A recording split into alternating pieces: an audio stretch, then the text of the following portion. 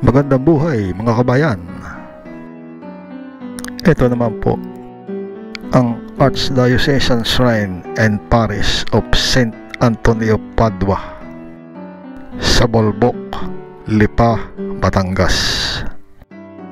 Ayon sa history nila, ang plano pagpapatayo ng simbahan ay sinimulan noong taong 1943 hanggang sa ma-establish ang parokya noong 1944, kung saan itinayo ang simbahan sa Barangay Adya.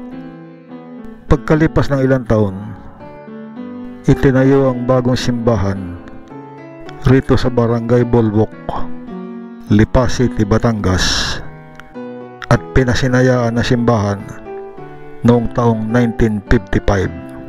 At lumakad nga po ang mga taon, nagpapalit-palit ng kora paroko, inayos ang simbahan at pinalitan ng konkretong estruktura noong taong 2003. Mula noon, maraming pagsasaayos ang ginawa, at ito nga po ang kasalukuyang estruktura ng Archdiocesan Shrine and Parish of St. Antonio Padua sa Barangay Bolbok, Lipa City, Batangas.